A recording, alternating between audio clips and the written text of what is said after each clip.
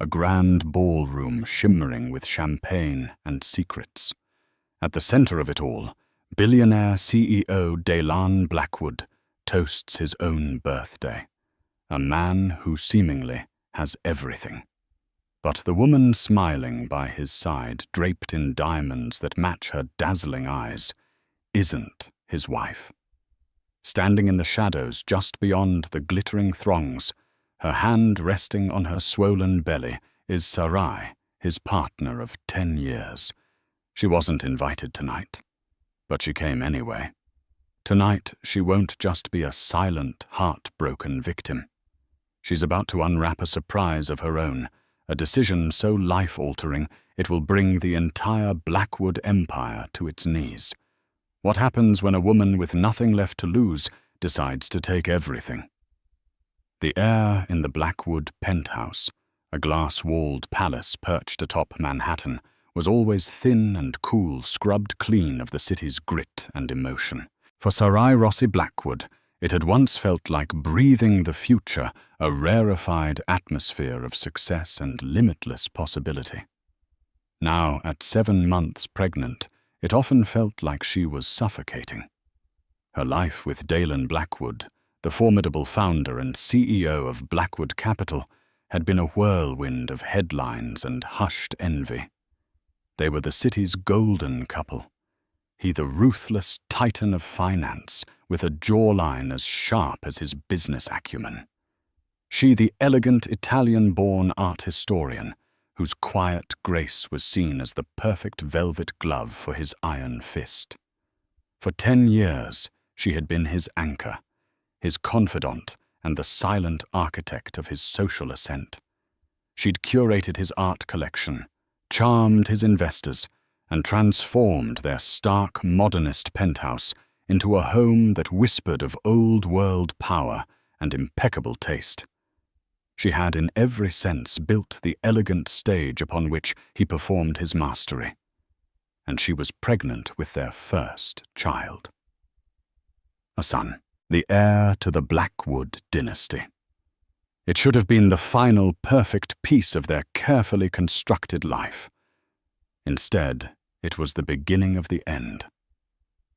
The change in Daylan had been gradual at first, a subtle cooling.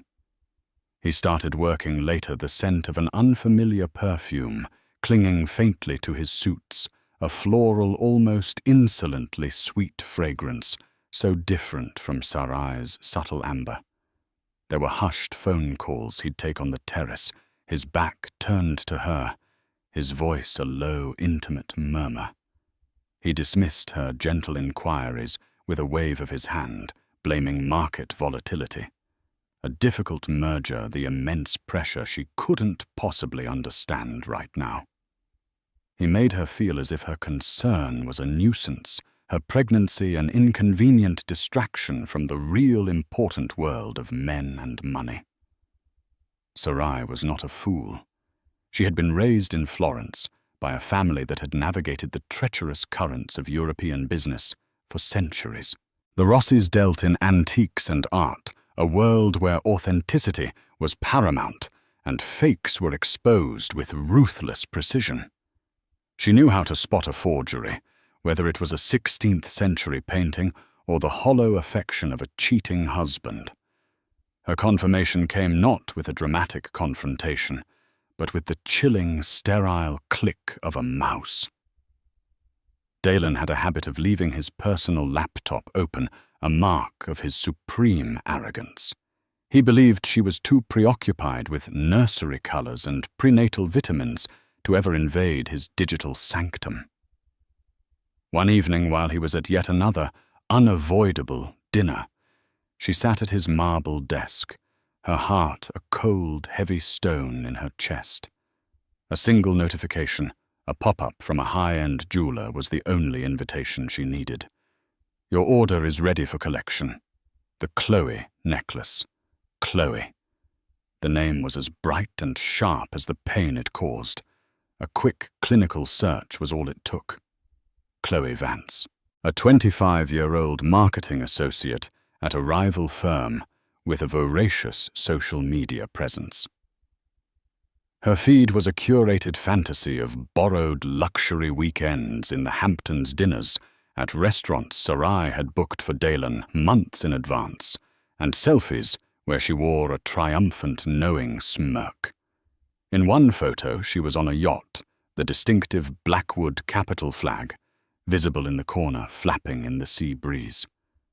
In her hand was a glass of champagne, her nails painted a shocking, predatory red. Sarai scrolled through the images, each one a small, sharp blade twisting in her gut. She saw Daelan's reflection in Chloe's sunglasses, saw his hand resting on the small of her back in a crowded bar. She saw the life he was living when he wasn't with his pregnant wife. The gall of it was breathtaking. He wasn't just having an affair. He was building a parallel life using the very resources and status Sarai had helped him cultivate. Her first instinct was to shatter something, to scream, to call him and unleash a decade of fury and betrayal. But as she sat there, the blue light of the screen illuminating her pale face, a different instinct took over. It was the Rossi instinct, cold, patient, and strategic. Her grandfather, a man who had stared down Nazis to protect his family's art, had once told her, "My dear passion is for the bedroom and the opera. In matters of war and business, all that counts is leverage." This was a war, and Dalen had just handed her the ultimate leverage. For the next 2 months, Sarai played the part of the devoted, slightly oblivious, expectant mother. She feigned fatigue, discussed baby names, and smiled serenely at his distracted kisses. But in the quiet hours of the night while Dalen slept, the untroubled sleep of the arrogant, she was meticulously dismantling his world piece by piece from the inside out. Her first call was to her family's lawyer in Florence, Marco Bellini, a man whose mind was as sharp and ancient as the city he inhabited. "Sarai?" He'd said, his voice crackling over the secure line, full of warmth and concern. "I was so happy to hear about the baby. Your father is insufferable, you know. He's already bought a vintage Ferrari for the boy."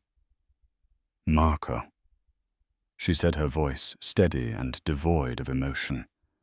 "I need a different kind of help. I need a forensic accountant, the best in New York, and a divorce lawyer. Not just a good one. I need a shark who eats other sharks for breakfast." There was a pause. Marco, who had known her since she was a child, understood immediately. "Give me 12 hours, he said, the warmth replaced by a steely professionalism. He delivered.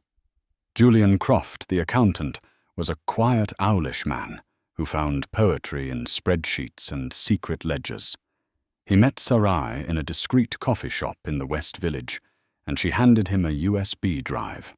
For weeks, she had been methodically copying files from Dalan's server, using a keylogger she'd had installed by a private security expert Marco had recommended.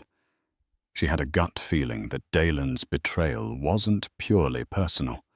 A man that deceitful in his marriage was likely just as deceitful in his business. The divorce lawyer was a woman named Eleanor Vance. No, that wouldn't work. The name was too close. Let's call her Eleanor Sterling. Eleanor was a legend in New York matrimonial law, a woman known for gutting billionaires with a polite smile and an ironclad motion. "Mrs. Blackwood," Eleanor said in their first meeting, her office overlooking Central Park, a fortress of quiet power. "In most cases like this, we aim for a settlement. We leverage the infidelity for a more favorable percentage of the marital assets." "That is not what I want," Sarai replied. Her hands folded over her bump. "I don't just want a percentage. Dalen and I built Blackwood Capital together. Before me, he was a talented but brutish trader. I gave him the polish, the connections, the strategy. I brought him the Vesper account, which was the seed money for the entire firm. My father was the initial guarantor. It was my idea to pivot into sustainable tech, the move that tripled his net worth. His name is on the door, but my fingerprints are on the blueprints. Eleanor leaned forward, her eyes gleaming with interest. Do you have proof of this? I have a decade's worth of emails, notes, and a memory that is as my husband can attest. Flawless, Sarai said. But Julian is currently finding me the kind of proof that speaks louder than memories. The kind of proof the SEC and the Southern District of New York find very persuasive. Sarai's plan was audacious. She wasn't just going to divorce Dalen. She was going to execute a corporate takeover of her own life. She would expose the financial irregularities she suspected he was using to hide money from her and the government, and use the ensuing chaos to leverage a controlling interest in the company for herself and her son. She would not be the weeping wife left with a settlement and a penthouse. She would be the one holding the gavel. The final piece of her plan crystallized on the day she received an embossed invitation delivered by courier. It was for Dalan's 40th birthday party, a lavish black-tie gala to be held in the grand ballroom of the Pierre Hotel. It detailed a night of celebration for one of New York's most formidable men. Her name, Mrs. Sarai Blackwood, was nowhere on the invitation. There was no +1 for the host's wife. It was a deliberate, calculated erasure, a public declaration that she was no longer part of his world. He intended for Chloe to be his date, to soft launch her as his new partner in front of his entire social and professional circle. She stared at the invitation, the thick card stock cool against her skin. This was the stage. This was the moment he had chosen to humiliate her, and she would use it. She would attend the party, not as a guest, but as a reckoning. She called Eleanor. The party is on Saturday. I've seen the gossip columns. It's the event of the season, Eleanor said. You should stay home, rest. We'll file on Monday morning. It will be quiet and brutal. No, Sarai said, a sliver of ice in her voice. He wants a public spectacle. He deserves one. He thinks he's removing me from the board. I'm going to make sure he's removed from the building. Her life-changing decision wasn't just to leave him. It was to supplant him, to take the empire they had built and protect it from the man who was willing to risk it all for a cheap thrill and a younger model. She would not be erased. She was the queen, and it was time to remind the king that the most dangerous piece on the chessboard is the one you underestimate. She looked at her reflection in the dark glass of the penthouse window. Her belly was a promise of future. Her eyes, however, held the glint of a Rossi preparing for war. The party would be her first move, and she would not lose. The grand ballroom of the Pierre was a masterpiece of calculated opulence, a space designed to make even the ridiculously wealthy feel momentarily awed. Gilded ceilings soared 3 stories high, dripping with crystal chandeliers that fractured the light into 1,000,000 shimmering pieces. An army of waiters, silent and efficient, moved through the throng with trays of vintage Dom Perignon and canapés that were miniature works of art. The air hummed with the low thrum of power, the murmur of hedge fund managers, tech moguls, political figures, and the beautiful, brittle women who accompanied them. At the heart of it all stood Dalen Blackwood, a king in his court. He was breathtaking in a custom Tom Ford tuxedo. His dark hair lightly touched with silver at the temples, a detail the society pages adored. He radiated a potent mix of charm and danger, laughing with a senator one moment, his eyes scanning the room with the predatory stillness of a shark the next. and clinging to his arm was Chloe Vance. She was a vision in crimson, a stark, fiery slash against the room's champagne and gold palette. The dress was strategically provocative, cut low in the front and high on the thigh, a siren's call in a sea of tasteful elegance. Around her slender neck, catching the light with every turn of her head, was the Chloe necklace. It was an audacious cascade of diamonds, a collar that served as both a trophy and a leash. She was radiant, triumphant, and utterly oblivious. She believed this was her coronation, the night she transitioned from a dirty little secret to the official consort of a king. Daylan was parading her, introducing her not as his mistress, but with a vague, suggestive, "My dear friend Chloe." The implication hung in the air, thick and cloying. The guests, masters of feigned ignorance, smiled, shook her hand, and then exchanged knowing, venomous glances the second Daylan's back was turned. The scandal was the evening's most delicious appetizer. At precisely 9 o'clock, just as the jazz ensemble segued into a sultry slower number, the grand double doors of the ballroom swung silently open. A hush rippled through the room, starting from the entrance and spreading like a shock wave. It wasn't a gasp of surprise, but a collective, indrawn breath of anticipation. Sarai Blackwood stood framed in the doorway. She was not in mourning black or vengeful red. She wore a bespoke gown of the deepest midnight blue, a color that drank the light and drew all eyes.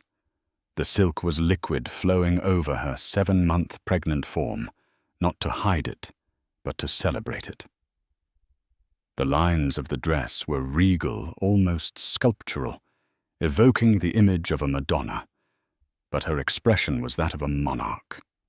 Her dark hair was swept up in an elegant chignon, showcasing a pair of sapphire and diamond earrings. The first gift Daylan had ever given her, a symbol of the empire they were meant to build together. She didn't look like a woman scorned. She looked like a woman in charge. She walked into the room with a serene, unhurried grace that was more commanding than any shout could ever be. She didn't scan the crowd for allies or enemies. She simply advanced her gaze, fixed on the center of the room, where her husband and his mistress stood frozen, the laughter dying on their lips. The murmuring ceased. The clinking of glasses stopped. The only sound was the soft funereal jazz and the impossibly loud beat of 300 hearts. Daylan recovered first, his face a mask of controlled fury. His eyes, which moments before had been crinkling with amusement, were now cold, hard chips of obsidian. He felt a surge of adrenaline, the familiar thrill of a hostile takeover. But this wasn't the boardroom. This was his life, and he was being ambushed. Chloe, on the other hand, looked like a deer caught in the headlights of an oncoming train. The triumphant glow on her face curdled into a mixture of fear and confusion. Her hand, which had been possessively on Daylan's arm, faltered. She had fantasized about this moment, the eventual confrontation with the aging, frumpy wife. But she had imagined a screaming match, tears a pathetic scene that would only solidify her victory. She had not imagined this silent, radiant, terrifying queen. Sarai stopped a few feet from them. She didn't look at Chloe. To acknowledge her would be to grant her significance. Instead, her eyes, calm and clear, met Daylan's. A small, enigmatic smile touched her lips. "Daylan, darling," she said, her voice perfectly pitched to carry in the silent room. It was not the voice of a hysterical wife, but of a gracious hostess, gently chiding her husband for an oversight. "You started the party without me." Daylan's jaw tightened. "Sarai." "What are you doing here? I thought you were resting." The words were meant to sound concerned, but they came out as a threat. He was reminding her of her place at home, out of sight, pregnant and docile. "How could I possibly rest?" she replied, her smile widening slightly as she finally let her gaze drift over him, taking in the perfect suit, the confident posture. "It's your 40th birthday, a milestone, a time for reflection, a time to take stock of one's assets and liabilities." Her eyes flickered for a single dismissive second to Chloe. The younger woman flinched as if struck. In that one glance, Sarai had categorized her, not as a rival, but as a bad debt. Dylan took a step forward, trying to subtly shield Chloe to manage the scene. "This isn't the time or the place, Sarai." "Oh, I think it's the perfect time and place," she countered, her voice still light, conversational, yet ringing with absolute authority. "You have gathered everyone who matters to us, our friends, our business partners, the people whose fortunes are intrinsically linked to the stability of Blackwood Capital. I think they all deserve to be here for this announcement." The word announcement hung in the air, a loaded promise. The crowd leaned in shamelessly enthralled. This was better than any Broadway show. Dalen's composure began to fray. He could feel the eyes of his investors on him, particularly Arthur Kensington, a notoriously conservative titan of old money, whose fund was a cornerstone of Blackwood Capital's latest venture. Kensington valued stability and reputation above all else. A messy public divorce was his worst nightmare. "We have nothing to announce," Dalen snarled, his voice a low growl. "Don't we?" Sarai's eyebrows arched in mock surprise. "Well then, let me. First a toast." She smoothly lifted a glass of water from a passing waiter's tray. She held it high. "To my husband, Dylan," she began, her voice resonating with crystalline clarity. "A man of immense appetites and bold ambition. He told me once that to build an empire, you have to be willing to tear down anything that stands in your way. I never realized he included his own family in that philosophy." A collective gasp went through the room. This was no longer a subtle drama. It was an execution. And a toast to Miss Vance, she continued, finally bestowing her full attention on Chloe. The girl looked physically ill, her crimson dress suddenly garish and cheap under the weight of Sarai's scrutiny. For her, dedicated service to the CEO. Dalen always values employees who are willing to go above and beyond their job description, though I must say this particular merger seems to have some serious hidden costs. Chloe's face was ashen. She looked at Dalen, pleading with her eyes for him to do something to stop this. But Dalen was trapped. To lash out would make him look like a villain. To do nothing was to cede the floor, the power entirely to his wife. Sarai took a delicate sip of water, then placed the glass back on the tray with a steady hand. She then looked directly back at Dylan, her enigmatic smile gone, replaced by an expression of serene, unshakable resolve. This was the moment. This was the life-changing decision made public. "I'm sure you're all wondering why I'm really here," she said to the captivated audience. "It's not to cause a scene. It's to make a business announcement. As Dylan so rightly pointed out, this is a room of partners." She paused, letting the tension build to an almost unbearable peak. "As of this morning," she declared, "I filed a petition, not only for the dissolution of my marriage, but for the dissolution of my husband's sole control of Blackwood Capital. The petition cites gross financial misconduct, fraudulent concealment of marital assets, and a pattern of behavior that gravely endangers the firm's stability and reputation." The room erupted in a cacophony of whispers. Arthur Kensington's face had gone pale. Dalen looked as if he had been punched in the gut. He stared at her disbelief, warring with incandescent rage. This wasn't possible. Their assets were ironclad, his position unassailable. "You're insane," he hissed. "You have nothing." "Am I, Sarai?" replied her voice, dropping, becoming more intimate, yet every word a dagger aimed at his heart. "Dylan, did you really think I didn't know about the offshore accounts in the Cayman Islands, the ones you set up using your mother's maiden name? Did you think I didn't notice the seed money for your private venture fund being siphoned directly from the pension funds of our employees? Did you think that a man who was careless enough to leave his mistress's jewelry receipts on his desk would be clever enough to hide his financial treason from me?"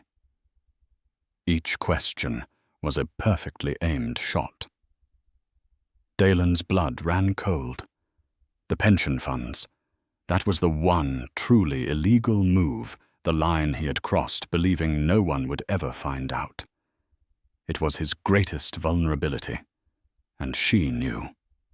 She knew. This was her life-changing decision. It wasn't to run away and hide. It was to stand and fight, not just for herself, but for the company she had helped build and the employees he was robbing blind. She turned her attention one last time to the room at large. "Don't worry," she said, her voice now soothing, reassuring the voice of a CEO calming her shareholders. "I have already been in communication with the SEC and a team of forensic accountants. We have a plan to protect the firm, a plan for a new leadership structure, one based on transparency, integrity, and a commitment to our partners and employees." She gave a small final nod, a gesture of dismissal. "Please enjoy the rest of the party. Happy birthday, Dalan." With that, she turned and walked away. The crowd parted for her as if she were royalty, their faces a mixture of awe, pity, and naked fear. They weren't looking at a victim anymore. They were looking at the new locus of power. Dylan stood utterly exposed in the center of the ruins of his own party. The jazz music had sputtered to a halt. The champagne suddenly tasted bitter. Chloe, the glittering prize of his rebellion, was now just a girl in a red dress, her diamond necklace looking like a beautiful, stupid mistake. He had brought a mistress to his birthday party to declare his freedom, and in response, his pregnant wife had just declared war, and to his horror, he realized she had come armed with nuclear weapons. The life he knew was over, decided not by his power, but by her quiet, calculated, and absolutely devastating decision. The silence that followed Sarai's departure was more damning than any accusation. It was a vacuum sucking the life and glamour from the room, leaving behind only the cold, hard reality of what had just transpired. For a full minute, no one moved. Then the unraveling began. It started subtly. A guest's phone lighting up. A whispered excuse. Arthur Kensington, the old money patriarch, whose face had turned the color of ash, gave Dalan a single look of profound disappointment and disgust before turning on his heel and leaving without a word. His exit was a signal, a stampede in slow motion. Within 15 minutes, the grand ballroom was half empty. The remaining guests clustered in tense, murmuring groups, pointedly avoiding Dalan's gaze. They weren't just leaving a party. They were abandoning a sinking ship. Dalan stood frozen amidst the wreckage, Chloe still attached to his arm, like a wilted corsage. The fury he'd felt had been flash-frozen into a kind of numb, terrifying dread. The pension funds. It was the one secret he believed was buried so deep, so cleverly, that not even God could find it. For Sarai to know, it meant she had been digging for months. The quiet smiles, the talk of nurseries, The feigned fatigue, it had all been a lie, a beautifully executed act of war. He hadn't been living with a wife. He'd been sleeping with an insurgent. Dame Chloe's voice was a small, shaky thing. What was she talking about? Those things she said. They're not true, are they? He finally looked at her, and for the first time, he didn't see the exciting, uncomplicated creature he'd desired. He saw a liability. Her wide, frightened eyes, her garish dress. Her presence here tonight, it was all part of the catastrophic miscalculation he had made. "Get your coat," he said. His voice flat and dead. He disentangled his arm from her grasp and strode towards the exit, leaving her standing alone in the middle of the dance floor. The waiters had begun clearing the untouched towers of shrimp and abandoned glasses of champagne. The party was officially over. The days that followed were a blur of escalating chaos. Sarai's opening salvo at the party was not just a dramatic gesture. It was the perfectly timed detonation of a meticulously planned legal and financial assault. On Monday morning at 9:01 a.m., Dalen's world imploded. Eleanor Sterling, Sarai's lawyer, filed a motion for an emergency injunction to freeze all of Dalen and Blackwood Capital's primary assets, pending the fraud investigation. The motion was accompanied by a 500-page document compiled by Julian Croft, the forensic accountant. It was a masterpiece of financial detective work, detailing not just the Cayman Islands accounts, but a complex web of shell corporations, inflated invoices, and the systematic siphoning of money from the employee pension fund into a high-risk personal slush fund Dalen used for speculative ventures and to finance his lifestyle with Chloe. Simultaneously, a copy of the report was delivered to the Securities and Exchange Commission and the U.S. Attorney's Office for the Southern District of New York. Sarai wasn't just suing for divorce. She was effectively turning her husband into the federal government. The reaction was instantaneous and brutal. The board of Blackwood Capital, which Dalen had always treated as a rubber stamp committee, called an emergency meeting from which he was explicitly excluded. Their loyalty, he discovered, was not to him, but to the company's survival and their own bank accounts. By noon, they had voted to place him on an indefinite leave of absence, citing the company's bylaws regarding executive misconduct that could harm shareholder value. His access to the building, his email, his corporate accounts, all of it was severed in a single brutal stroke. He was an emperor in exile. The media smelling blood descended like sharks. The story was irresistible. The billionaire, the pregnant wife, the mistress, and the betrayal. But it was Sarai who controlled the narrative. She gave one and only one exclusive interview to a respected older female journalist from the Wall Street Journal. She conducted the interview in the penthouse, which her lawyers had already secured as her sole residence. She was the picture of calm strength, dressed not in power suits, but in elegant cashmere. She never raised her voice, never cried. She spoke of her deep belief in the fundamental integrity of Blackwood Capital, framing her actions not as revenge, but as a painful but necessary step to protect the company, its employees, and their life savings. "This is not about a marriage ending," she stated, her hand resting on her belly. "This is about a breach of trust that goes far beyond the personal. When the person at the helm is navigating by a broken moral compass, the entire ship is at risk. I acted to save the ship and everyone on it." She became overnight a hero, a feminist icon.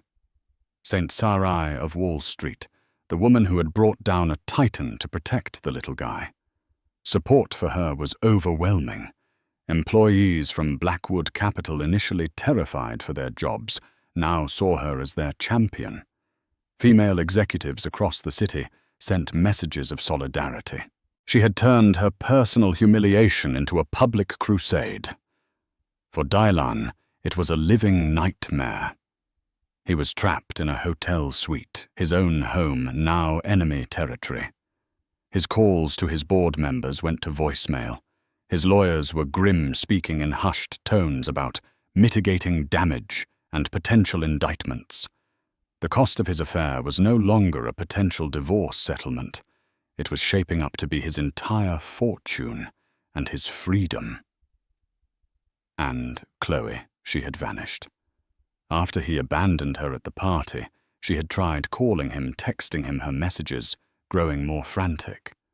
When the news broke on Monday, her tone shifted from desperate to accusatory. "You used me. You told me she was nothing, that you were leaving her. My name is everywhere, Dalen. My career is ruined." He ignored her. She was a ghost from a life that had ceased to exist 3 days ago. But Chloe Vance was not one to be ignored, and she had her own secrets. About a week after the party, a new twist emerged.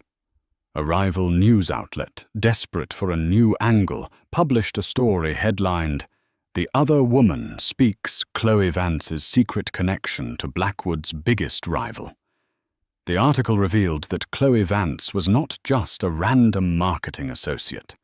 Her uncle was a senior executive at Sterling Cooper. No, wait, let's use a more fitting name, at Vanguard Associates, Blackwood Capital's most aggressive competitor. The story, fed by an anonymous source, suggested that Chloe had been planted to get close to Dalen, to gather intel, to perhaps even precipitate a scandal that would destabilize his company, leaving it vulnerable to a hostile takeover. The source, of course, was Chloe herself, trying to rebrand herself from a home wrecker into a corporate spy, a femme fatale with a mission. She had leaked select emails and texts that painted her as a reluctant pawn in a much larger game, hoping to salvage her reputation. But her gambit had an unintended consequence. It introduced a new layer of conspiracy and betrayal that completely destroyed what little credibility Dalen had left. Had he been duped by a rival? Was he so blinded by lust that he had compromised his entire company? His investors, already furious about the financial fraud, were now apoplectic at this display of catastrophic incompetence. Dalen was cornered, bleeding from 1,000 cuts. But a cornered animal is a dangerous one. His fear began to curdle back into a white-hot rage. Sarai had done this. She had outmaneuvered him, humiliated him, and turned the world against him. He couldn't fight her on the legal front. She had the evidence. He couldn't fight her in the court of public opinion. She was a pregnant saint. He had to find a new front. He had to find a weakness. And then he remembered. The Rossis, her powerful, proud, and intensely private family in Florence. He knew how much Sarai valued their honor, their name. Her father, Giovanni Rossi, was a man of immense pride and old-world principles. What would a man like that think of this public, messy American-style scandal? Dalen picked up the phone and dialed a number he hadn't used in years. It was time to fight fire with fire. He couldn't attack the saint, but perhaps he could tarnish her halo by going after her family. He would paint her as a reckless daughter who had dragged the proud Rossi name through the mud, all for a personal vendetta. He would fly to Florence, present himself as the remorseful husband, trying to salvage things and turn her own family against her. It was a desperate, despicable move. And it was all he had left. The battle for Blackwood Capital was over. The war for the soul of the Rossi family was about to begin. The flight to Florence was an 8-hour exercise in self-delusion. Dylan Blackwood, a man accustomed to striding onto his Gulfstream G650 and having the world bend to his timetable. now sat confined within the plush but public cocoon of a commercial first-class suite. The attentive service, the fine wine, the hushed deference from the cabin crew, it all felt like a mockery, a hollow echo of a life that had been snatched from him. With every passing hour over the dark expanse of the Atlantic, he meticulously constructed the narrative that would save him. In his mind, he was no longer the villain. The searing humiliation of the party, the brutal efficiency of Sarai's legal assault, the public scorn, he transmuted it all into fuel for his own victimhood. He was the one who had been wronged. He had made a simple human error, a lapse in judgment, driven by the pressures of his position. He had been lured into a trap by a corporate spy, a detail he now clung to like a life raft. He was the casualty of industrial espionage. And Sarai, in the crucible of his wounded pride, she transformed from a calculating adversary into a hysterical, vindictive woman. Her measured strategic takedown became in his retelling an emotional overreaction of catastrophic proportions.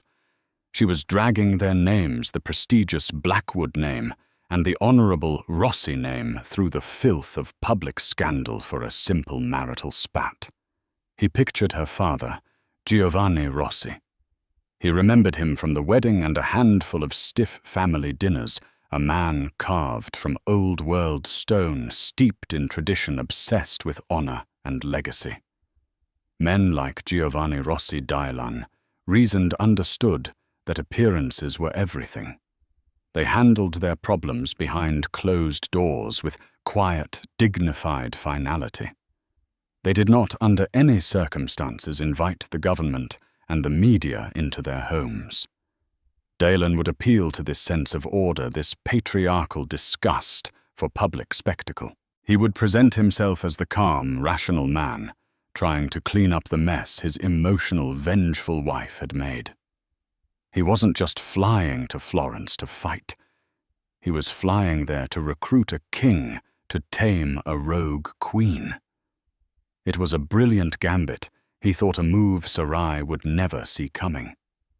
The moment the plane touched down at Peretola, however, the first cracks appeared in his confidence. The Tuscan light was different, softer, older, and somehow more revealing than the harsh glare of New York. It illuminated the ancient imperfections in the stone, the deep-rooted history that clung to the very air.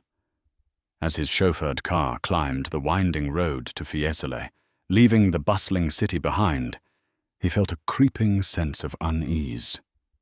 He was an intruder here, a creature of glass towers and digital markets, entering a world of olive groves and terracotta roofs, a world with rules he could only guess at.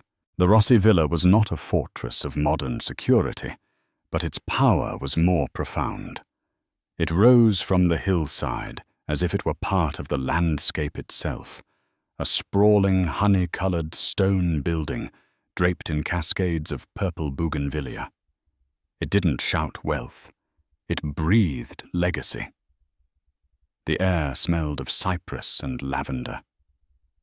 As Dailan stepped out of the car, the crunch of gravel under his expensive shoes sounded jarringly loud, an unwelcome intrusion into the serene afternoon.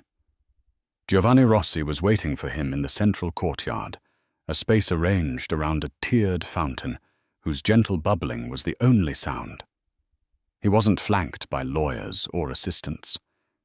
He stood alone, dressed in a simple, perfectly cut linen shirt and dark trousers, his silver hair stirred by the faint breeze. He looked less like a businessman and more like a retired philosopher, yet he radiated an aura of absolute command that made Dailan's tailored suit feel like a cheap costume. Giovanni didn't move forward. He didn't offer a hand. His dark eyes, so like his daughter's, watched Dailan approach with a chilling stillness. "You have 5 minutes to explain why I should not have you thrown off my property," Giovanni said. His voice was calm, devoid of heat, But the English words were shaped by the hard musical cadence of Tuscany, each one landing like a precisely thrown stone. This was the moment. Dalen took a breath, marshalling the arguments he had so carefully rehearsed. Giovanni, he began, forcing a tone of grave sincerity. Thank you for seeing me. I've come here out of the deepest respect for you and for Sarai. What has happened? It's a tragedy. A complete and utter tragedy. He paused, hoping for some flicker of engagement. He received none. Giovanni's expression remained as impassive as the stone statues dotting the courtyard. I made a terrible mistake, Dalen continued, pressing on. A personal failure that I will regret for the rest of my life. But my mistake was used against me. The woman, Chloe Vance, she was not just some girl. She was planted by my biggest rival, Vanguard Associates. It was a honey trap, a sophisticated operation to destabilize my company. I was a fool to fall for it, and I have paid the price. He let that hang in the air, the confession wrapped in the excuse. He then pivoted to his main objective. But Sarai's reaction. Giovanni, it is an inferno. To go to the press, to the SEC, to freeze the assets. She is burning everything to the ground out of spite. Our family name, the reputation we have all worked so hard to build, it's being destroyed. I came here to ask for your help, to appeal to your reason. She will listen to you. We can handle this divorce with dignity. We can protect the assets for the future for her son. This public war helps no one. It only destroys. He finished his chest tight with the effort of his performance. He believed he had sounded reasonable, remorseful, and strategic. He had offered the old patriarch a path back to order a way to contain the messy emotions of a woman scorned. Giovanni remained silent for a long moment. He reached into a small ceramic bowl on a nearby table and plucked out a single dark olive, rolling it slowly between his thumb and forefinger. The fountain bubbled. A bee buzzed past. Finally, he looked at Dylan, and for the first time, a flicker of emotion showed in his eyes. It was not anger. It was profound, withering contempt. You are a foolish man, Dylan Giovanni said, his voice deceptively soft. A truly foolish man. You come into my home, a home that has stood for centuries, and you speak to me of a family name you yourself have defiled. You speak of dignity while describing your own squalid behavior. You see the Rossi name is not a brand to be managed. It is a testament to our character, and you have proven you have none. Dalen felt a jolt, as if the ground had shifted beneath him. I am trying to protect it. Protect it. Giovanni cut him off, his voice gaining a sharp edge. You speak of Sarai's inferno. This fire started the day you betrayed her. The day you decided the vows you made, the partnership you shared, the child you created, were less important than your own fleeting appetites. A mistake is spilling wine on a rug. What you did was a choice, a series of choices made day after day. And now you stand there and dare to blame the fire on the person who was burned. He took a step closer, and Dylan instinctively wanted to retreat. And what insults me most, Giovanni continued, his voice dropping to a near whisper, is that you think I am as stupid as you are. You insult my intelligence and my daughter's by coming here with this pathetic, self-serving story. The corporates by the honey trap. He shook his head slowly, a look of pity on his face. Did it ever occur to you in your immense arrogance that we knew about Chloe Vance, long before you did? The words hit Dalen with the force of a physical impact. The air left his lungs. What are you talking about? My family did not survive for 500 years. by being naive. Giovanni explained his tone, now that of a professor lecturing a particularly dim student.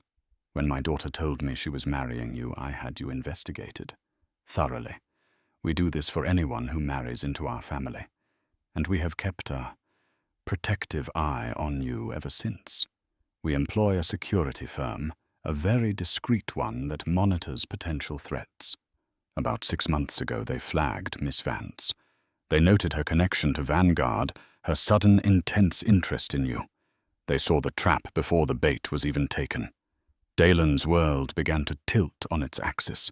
He felt a wave of vertigo, his carefully constructed reality shattering into a million pieces. He had been watched, monitored, from the very beginning. We gave the information to Sarai Giovanni, said delivering the fatal blow. We told her who the girl was. We told her what was happening. Dalen's mind reeled a maelstrom of confusion and horror. Sarai had known from the start that Chloe was a plant, that the entire affair was a corporate setup. He thought back his memory, scrambling, recontextualizing every moment of the past 6 months. Her quietness, her subtle distance. It wasn't the pain of a wife suspecting infidelity. It was the observation of a scientist watching an experiment unfold. But why? Why wouldn't she warn him? Why would she let it happen? The question must have been written on his face because Giovanni answered it with a look of cold finality. I advised her to tell you, he admitted. I told her he is your husband, the father of your child. Warn him. Work together to neutralize this threat. It was my daughter who made a different decision. He paused, letting the weight of the next words settle. She said, no, let him walk into it. A man who can be so easily seduced by a rival, a man whose ego is so fragile that he needs this kind of validation, is a liability. His arrogance is the company's biggest threat. Let's see how far he will take it. She wanted to know once and for all exactly who she was married to. You did not disappoint her. The full, horrifying truth crashed down on Dalen. This was never about revenge for an affair. The affair was incidental, a symptom of the disease she was diagnosing. This was a clinical, calculated corporate stress test.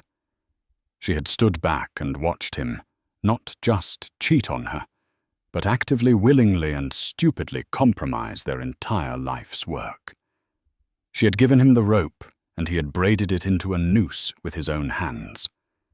The party wasn't a confrontation. It was the presentation of her findings. He hadn't been ambushed by a heartbroken wife. He had been strategically outmaneuvered and eliminated by his CEO. She played me.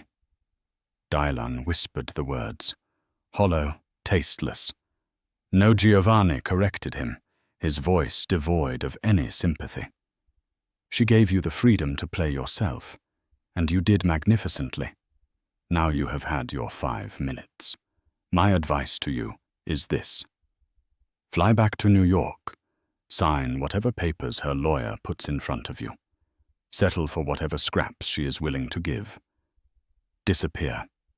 Because if you continue to fight this, you will discover that what my daughter has done so far is merely the opening move. We Rossis are known for our art and our wine, Dalen. But we are also masters of war. Giovanni Rossi turned his back the conversation over and walked with unhurried steps into the cool shadows of the villa, leaving Dalen standing alone in the sun-drenched courtyard. He was a ruined man in a beautiful foreign land. His gambit hadn't just failed, it had exposed the stunning, terrifying depth of a game he never even knew he was playing. The flight back to New York was a descent into hell. When he returned, he was a ghost. He instructed his shell-shocked lawyers to capitulate on every point. The divorce was finalized with brutal speed. Sarai, through a new holding company, co-founded with the formidable Rossi Family Trust, assumed a controlling interest in a completely restructured Blackwood capital. Within a month, the name on the building changed to Rossi Blackwood Global. She installed a new unimpeachable board and a veteran CEO, while she herself chaired the committee that personally oversaw the full repayment with punitive interest of the pension fund Dalen had plundered. Dalen was left with a fraction of his fortune, enough to ensure he would never be poor, but guaranteeing he would never again be powerful. He was an exile in his own city, a walking punchline on Wall Street. Months later, Sarai gave birth to a healthy baby boy. She named him Lorenzo Rossi, not Blackwood. The name was a final, quiet, devastating statement, a final erasure. One crisp autumn afternoon, Dalen saw her. Not in person, but on the cover of a financial magazine he'd picked up at a newsstand. She was striding out of the gleaming Rossi Blackwood headquarters, the epitome of serene power. She was holding her son, her expression one of soft focus as she pointed something out to him in the New York sky. The headline read, "The Matriarch of Manhattan, How Sarai Rossi Saved an Empire by Ousting its King." He stared at the image, at the woman he had so grievously underestimated. He finally understood. The ultimate twist was not that he had taken a mistress to his birthday party. It was that in doing so he had provided the perfect public stage for his brilliant wife to execute the most important decision of her life, not just to leave him, but to surgically remove him like the malignant tumor he had become. And so the empire Dalen Blackwood thought was his, built on a foundation of ruthless ambition, was ultimately saved by the woman he so carelessly discarded. Sarai's story isn't just about revenge. It's a masterclass in power strategy and reclaiming one's own narrative. She faced the ultimate betrayal, not with tears, but with a calculated brilliance that turned her deepest wound into her greatest weapon.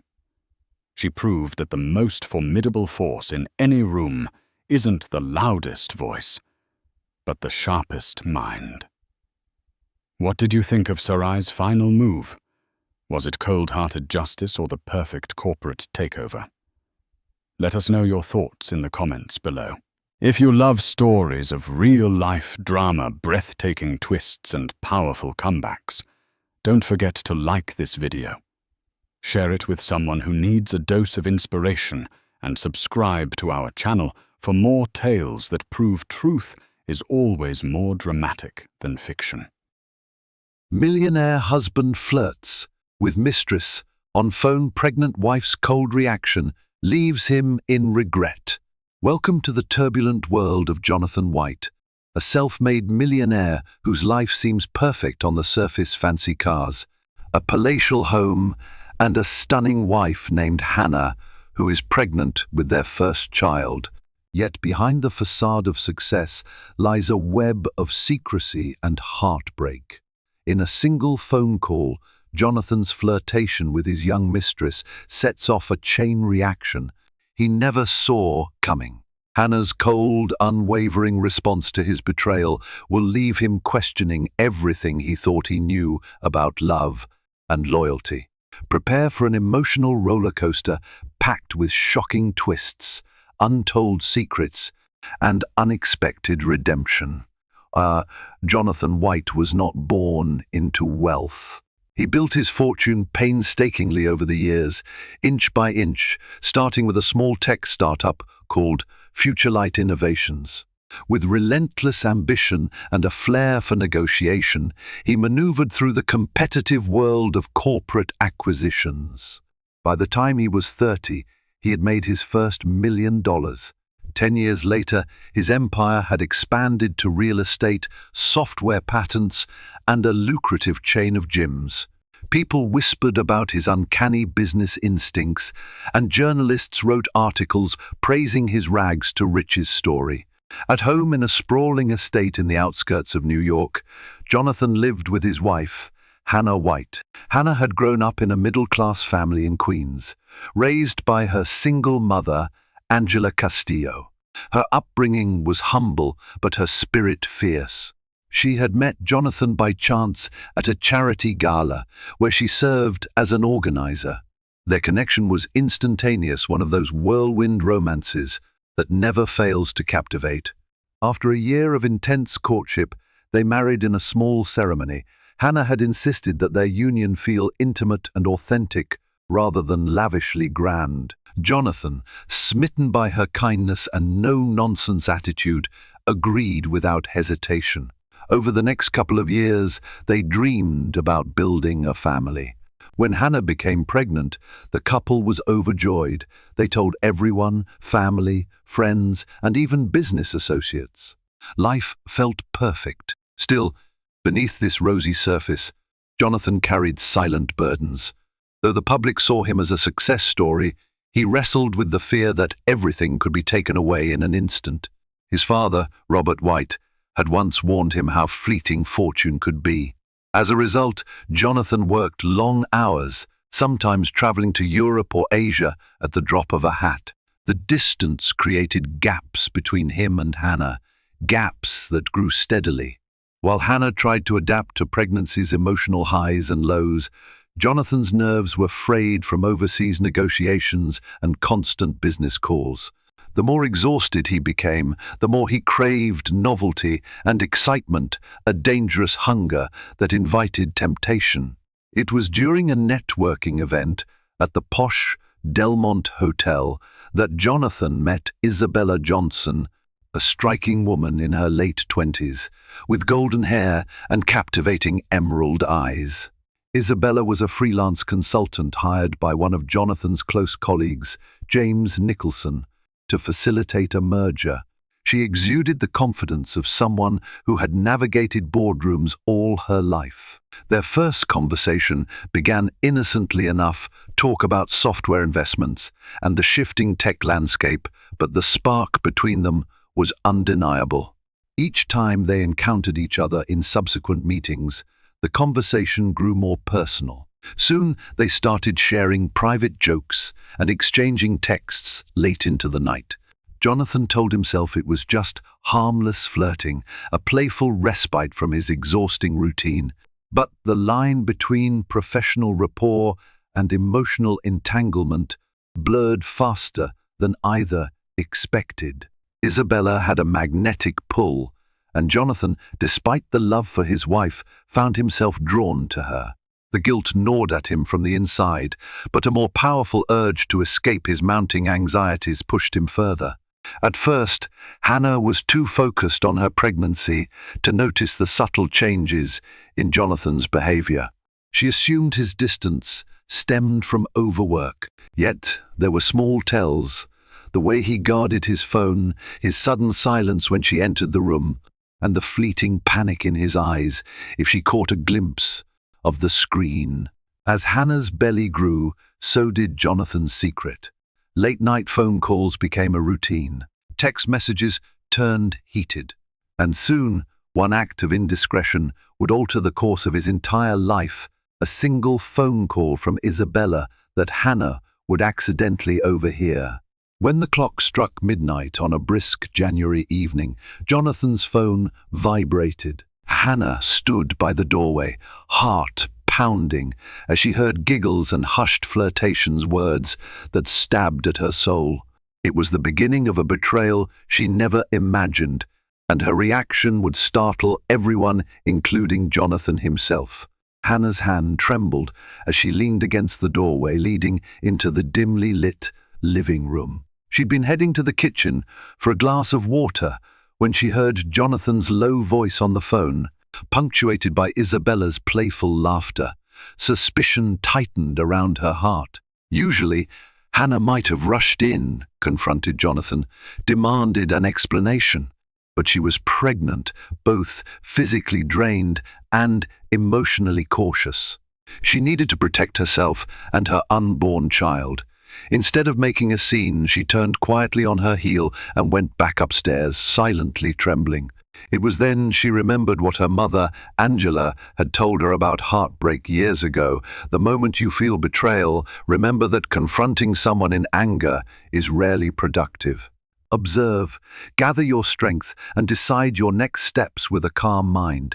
Hannah never thought she would need this advice in her own marriage. In the days that followed, Jonathan sensed a chill from Hannah. She became quieter, her responses succinct, her eyes distant. He wondered if it was simply the rigors of pregnancy or something else.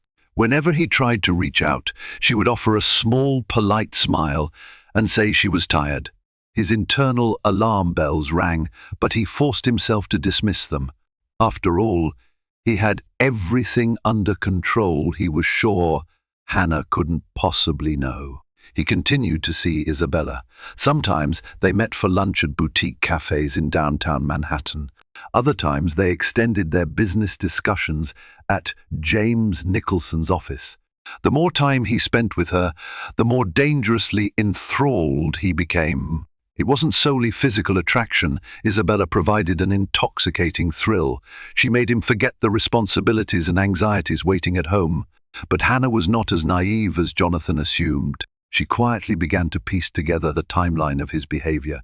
She noticed how Jonathan's attention was always pinned to his phone at certain hours. She recognized the anxious flickers in his eyes whenever she walked into a room while he texted. She even found a receipt from an upscale restaurant, Delphine's, dated a week prior, indicating a two-person dinner at a time Jonathan had claimed to be working late at the office. Still, Hannah's reaction was not fiery or impulsive. She carried herself with an eerie composure, a calm that unnerved Jonathan. Whenever he invited her to talk about the nursery or the upcoming baby shower, she would nod, but her face remained unreadable. Occasionally, she would rest her hand protectively on her baby bump, as though drawing strength from the life growing within her. One evening, Jonathan proposed they hire an interior designer for the baby's nursery. Normally, Hannah would have been excited, rummaging through color palettes and discussing furniture styles. This time, she merely answered in a monotone, "Do whatever you think is best." A tension-laced silence filled the room. Jonathan's frustration surfaced, though he tried not to show it. He pressed her lightly. "Hannah, I want you to be happy about this. We're having a baby. Isn't this what we always wanted?" Hannah looked at him with a penetrating gaze. "Yes, it is," she said softly. "But sometimes what we want becomes complicated." He was left speechless, uncertain how to interpret her cryptic reply. A nervous dread started coursing through him. He recalled an incident from his childhood, seeing his father cheat on his mother. The cold front his mother displayed toward his father had eventually escalated into an ugly divorce. Could history be repeating itself? That night, after Hannah had gone to bed, Jonathan found himself staring at his wedding photograph on the mantel. He thought about Hannah's unwavering support through his toughest years, launching future-light innovations, dealing with difficult clients, even comforting him when his father passed away. She had been a pillar of strength. He pulled out his phone, searching for a sense of relief or companionship in Isabella's number. As it rang, images of Hannah flickered in his mind, unbidden. When Isabella answered, her voice laced with anticipation, Jonathan forced himself to speak casually. But deep down, guilt burned. He ended the call quickly, citing exhaustion. Something had changed in him, even if he couldn't admit it yet. For the first time, he questioned if the fleeting excitement with Isabella was worth endangering the life he and Hannah had built. What if he lost Hannah forever? The next morning, Hannah awoke earlier than usual. She made herself a cup of herbal tea and wandered out to the garden. Dawn light cast a warm glow across the neatly trimmed hedges. She ran her hand across her belly, whispering, "I will protect you." The vow was as much for her unborn child as it was for her own heart. She sensed the storm brewing, but she had decided she would not confront Jonathan with rage. Instead, she would let him unravel his own deception while she plotted her next move carefully. The phone on Jonathan's desk buzzed, snapping him out of his thoughts. He'd been staring at financial projections on his computer screen, but his mind kept drifting to Hannah's icy demeanor and the swirl of guilt taking root in his heart. "Jonathan?" The voice was instantly recognizable, Isabella. Even over the phone, her tone radiated confidence. "James Nicholson and I want to discuss the next phase of the merger. Can you meet us at Delmont Hotel at 5? Jonathan glanced at the wall clock. It was already 3 in the afternoon. Sighing, he agreed. Despite his internal conflict, duty called. Business was the one arena where he felt certain, in control. At 5 sharp, Jonathan entered the opulent lobby of the Delmont Hotel. James Nicholson, a middle-aged man with greying hair, greeted him with a firm handshake. Isabella stood nearby, wearing a fitted navy dress and an air of self-assurance that was impossible to ignore. She beamed at Jonathan, and he felt that familiar flutter of danger mingled with desire. They headed to a private lounge on the 20th floor to finalize terms of a major tech partnership. For an hour, their conversation remained strictly professional. Jonathan, in his element, spoke with clarity about projected revenues, market expansions, and strategic timelines. James nodded enthusiastically, scribbling notes. When the discussion ended, James's phone chimed. He apologized, explaining he needed to address an urgent matter regarding an overseas client. As James left the room, Isabella and Jonathan were suddenly alone. A weighty silence filled the plush lounge. Then Isabella leaned closer, her perfume enveloping him. "Jonathan," she said softly, "why haven't you called me back?" He shifted uncomfortably, recalling how he'd cut short their last conversation. "Work's been demanding," he replied, keeping his tone neutral. Isabella reached out and rested her hand over his. "I can help take the edge off," she murmured, eyes flashing with allure. For a moment, Jonathan felt that old spark, a mixture of thrill and guilt. But now, an image of Hannah, her soulful brown eyes brimming with quiet hurt, sprang into his mind. He gently moved Isabella's hand away. "Things have changed," he said, refusing to elaborate. Isabella's confident mask slipped. She had grown accustomed to Jonathan's rapt attention. Her expression grew cold as she tried to read him. "You're not pulling away from me, are you?" He rose from his seat, feigning a check of his watch. "I have to get home," he said hastily. "Hannah's been—" He paused. He didn't want to discuss his wife, especially not with Isabella. "I'll see you at the next meeting." Without waiting for a response, he strode out of the lounge. In the elevator, he felt a knot tightening in his stomach. The moment Isabella's allure had once provided him no longer felt quite as fulfilling. It instead came with a sting of regret. Driving home, Jonathan's thoughts churned. He was in too deep. Did he truly want to unravel the marriage he had cherished for years? He arrived at the estate to find Hannah in the living room. She sat on the couch, focusing intently on her phone. A few seconds later she rose, setting her phone aside with a composed smile. "Good evening, Jonathan," she said, voice carefully neutral.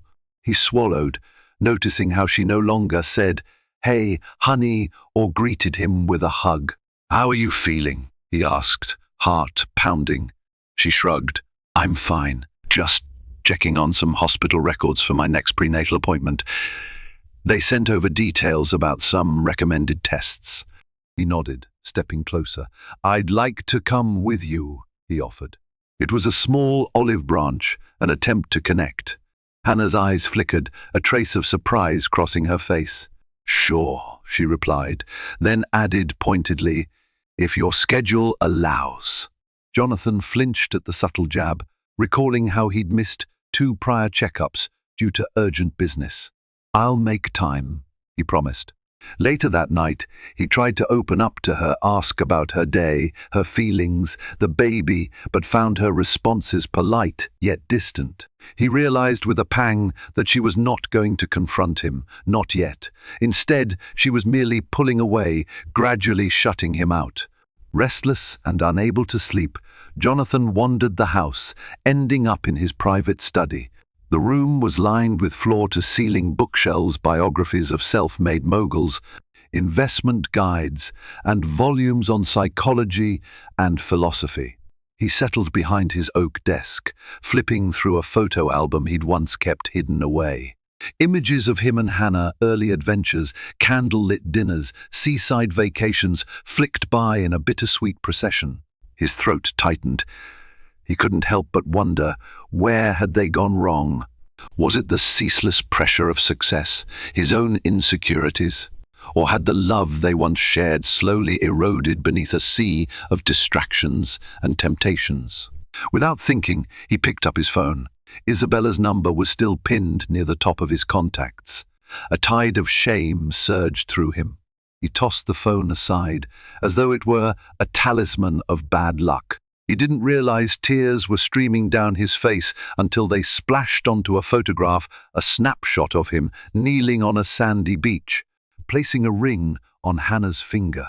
The memory felt distant, almost unreal, and yet it was vivid enough to remind him what was truly at stake. The days passed in a chilly detent, with Hannah maintaining her polite, distant facade, and Jonathan growing increasingly torn between guilt and confusion.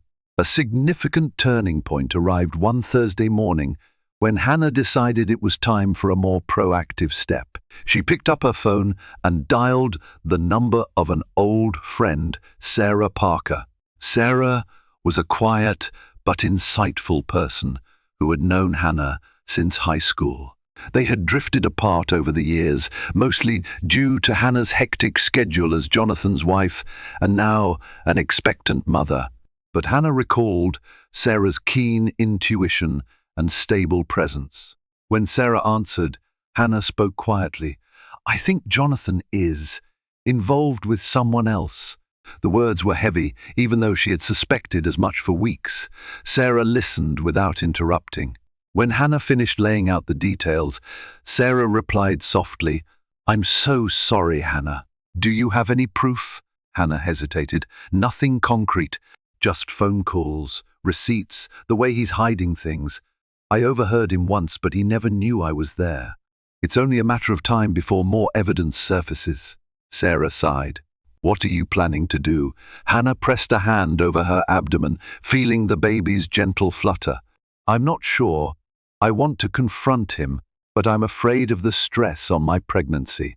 And I keep thinking, what if I'm overreacting? What if it's just harmless flirting?"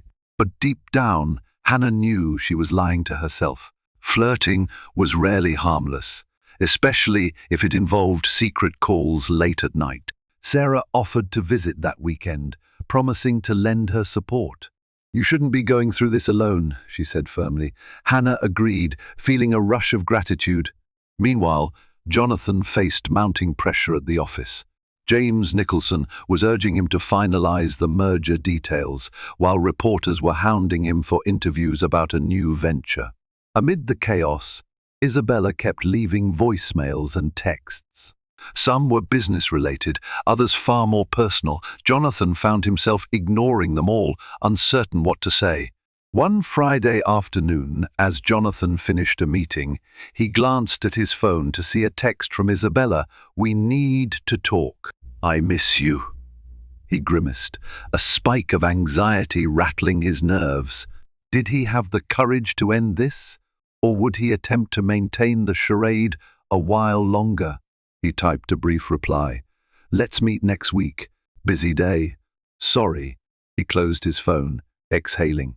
The weekend was upon him, and with it, the inescapable reality of Hannah's silence. That Saturday, Sarah Parker arrived, carrying a small suitcase. Hannah welcomed her with a warm hug. Jonathan, recognizing Sarah from their wedding photos, tried to be courteous. but a prickle of tension rose when he saw the way Sarah's eyes seemed to survey his every move. Over a subdued lunch of grilled chicken and salad, Sarah tried to lighten the mood with casual conversation about old high school memories teachers they liked, embarrassing sports days, silly pranks they had pulled. Hannah smiled, but Jonathan remained distracted. Eventually, Sarah ventured, "Jonathan, how are things at the office? Hannah tells me you're working on a big merger." He nodded, swallowing a forkful of salad. "Yes, it's one of the largest projects our company has handled. Could be a massive success." Sarah's gaze was unassuming. "Must be stressful." He offered a faint shrug. "I manage." Silence. Then Sarah changed the subject, sensing how guarded Jonathan was. She made a mental note. Something felt off. Later, while Jonathan was on a conference call, Sarah and Hannah retreated to the upstairs bedroom. Hannah confided all her doubts and suspicions to her friend. Tears glistened in her eyes, though she kept her composure for the baby's sake. Sarah responded by asking a question Hannah hadn't considered thoroughly. "What do you want the outcome to be? Do you still love him enough to fight for this marriage, or are you preparing yourself to leave?" Hannah's heart twisted. She did love Jonathan, or at least she loved the man she believed he was. She recalled the night he proposed under a canopy of stars in Santorini. She remembered the letters he wrote her when she had to care for her mother in the hospital. Their love had run deep, strong enough to withstand life's storms until now. "I'm not sure," Hannah admitted. "I want this marriage to work, but I also know I can't force him to be faithful." Sarah gently squeezed her hand. "Take it one step at a time. If he's indeed cheating, he might deny it at first. You'll need to stay strong, especially for your baby." They spent the evening discussing possible scenarios. Should Hannah confront Jonathan directly, gather more evidence, or even consider leaving for a while to gather her thoughts? Downstairs, Jonathan ended his call and noticed the hush that filled the house. He glanced up the staircase, feeling a distant throb of dread. A voice inside him whispered that Hannah's friend, Sarah, had come to help Hannah make sense of his behavior. He walked to the living room, pausing at a photograph on the mantel, a snapshot of him and Hannah beaming on their honeymoon. A pang of regret coursed through him. The cracks in his marriage were widening, and he knew he was the one who'd hammered them in place. Tensions reached a new peak on Sunday morning. Hannah had planned a small brunch to show Sarah around their new home. While they arranged a tray of fresh fruits, French toast, and a pitcher of orange juice, Jonathan sat silently at the table, scrolling through emails on his phone. Sarah broke the awkward silence. "This house is lovely, Hannah. Such a beautiful view of the garden from here." Hannah forced a smile, placing the plate of toast before Sarah. "Thank you. We wanted a home with plenty of natural light. It's calming." Jonathan set his phone down, clearing his throat. "Yes, we like it here," he said. There was a flicker of sincerity in his eyes as he glanced at Hannah. It was Hannah's idea to go for a place surrounded by greenery. Sarah studied them discreetly. She noticed how Jonathan's gaze lingered on Hannah with a hint of apology in it, but Hannah rarely met his eyes. Halfway through brunch, Jonathan's phone vibrated on the table. Hannah stiffened. Sarah could see the tension in her posture. Jonathan glanced at the caller ID and quickly silenced it. A moment later, it buzzed again. This time, he grabbed the phone and stood up. "Excuse me, I need to take this," he muttered, disappearing into the hallway. A thick silence settled between the women. Hannah looked paler than before. "I'm sorry," she whispered. "This keeps happening." Sarah reached across the table, covering Hannah's hand with her own. "Don't apologize. Remember, this isn't your fault." After a few minutes, Jonathan returned. He looked flustered, as though he'd been caught in a losing argument. Not meeting Hannah's eyes, he mumbled a vague apology and sank back into his chair. Sarah decided it was time to leave them alone for a bit. She announced she needed some fresh air and stepped outside to admire the garden. Jonathan watched her go, then turned to Hannah. He forced a calm tone. "Listen, Hannah, I'm sorry about that call. It was someone from the office." She inclined her head slightly. "I'm sure," she replied, her voice carefully neutral. The weight of unspoken truths pressed down on them. Jonathan clenched his fists beneath the table, summoning courage. "Hannah, is there something bothering you?" She lifted her gaze, eyes searching his face. "Yes," she said softly, "but I don't think you're ready to hear it." A rush of panic slammed into Jonathan. He tried to regain composure. "I want to listen," he insisted, but the crack in his voice betrayed him. Hannah let out a breath. "I'm not blind, Jonathan. I know you're hiding something from me. You guard your phone like it's a state secret. You've been distant, and you keep leaving the room to take calls." "I'm pregnant, not oblivious." His heart pounded. Part of him wanted to confess, to lay bare every mistake, but fear stilled his tongue. He managed a weak denial. "It's work, Hannah. That's all." She studied him for a long moment, her expression unreadable. "If it is, then why won't you let me see your phone?" "You've never been this secretive before." Jonathan stiffened, gripping his phone like a lifeline. An internal voice screamed to show her, to prove there was nothing to hide. But that would be a lie. Isabella's messages and calls were still there. He shook his head, struggling to maintain composure. Hannah's eyes flickered with hurt. She took a deep breath, and when she spoke, her voice was firm. "I'm going upstairs, Jonathan." The first tired. Before she left the table, Jonathan reached out, gently clasping her wrist. "Hannah, please." I just need time." Her gaze held a quiet sadness.